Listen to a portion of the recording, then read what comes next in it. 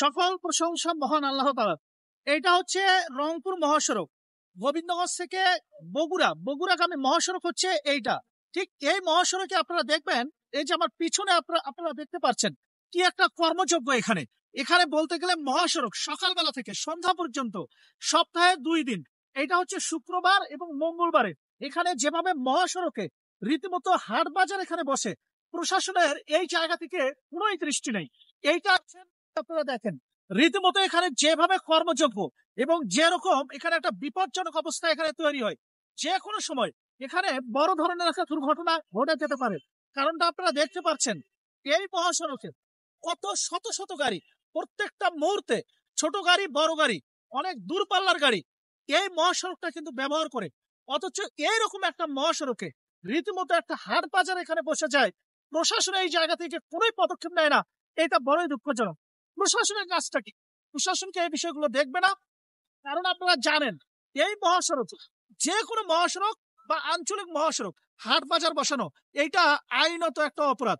অথচ এইরকম একটা অপরাধ চোখের সামনে যদি আমি বলি, এই মহাসড়কটা সবাই ব্যবহার করে, জেলা প্রশাসক, প্রশাসন, পুলিশ, জনপ্রতিনিধি, সবাই, সচেতন নাগরিক, সবাই এইটা ব্যবহার করে।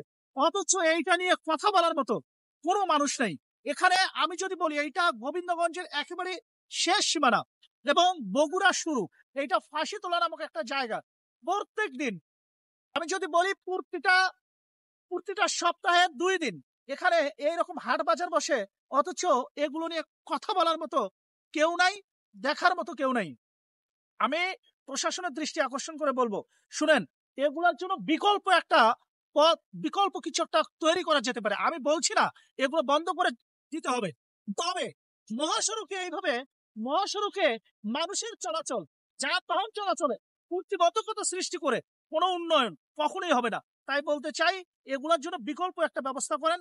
মহাসড়কগুলো মানুষের চলাফেরা, এমনকি যানবাহন চলাফেরার জন্য যাতে কোনো প্রতিবন্ধকতা না থাকে, এই জায়গা থেকে একটা ভালো উদ্যোগ নেবেন। আমি প্রশাসন, প্রশাসক, জনপ্রতিনিধি এবং যারা এলাকার যারা প্রতিনিধি বা আগামীতে যারা প্রতিনিধিত্ব করতে চান, আমি মনে করি তাদেরকে এই বিষয়ে এগিয়ে আসতে হবে। ভালো থাকবেন, সুস্থ থাকবেন। শুনেন, যদি কোনো একটা মানুষের দুর্ঘটনা হয়, হতে পারে এটা দায়িত্ব আমরা কেউ নিতে পারবো না, তবে তার বা তার পরিবারের অভিশাপ এইটা কিন্তু প্রতিটা মুহূর্ত আমাদেরকে, প্রতিটা ক্ষণ আমাদেরকে রুখে দিতে পারবে। তাই বলতে চাই, এই ব্যাপারে একটু সচেতন হন। ভালো থাকবেন, সুস্থ থাকবেন।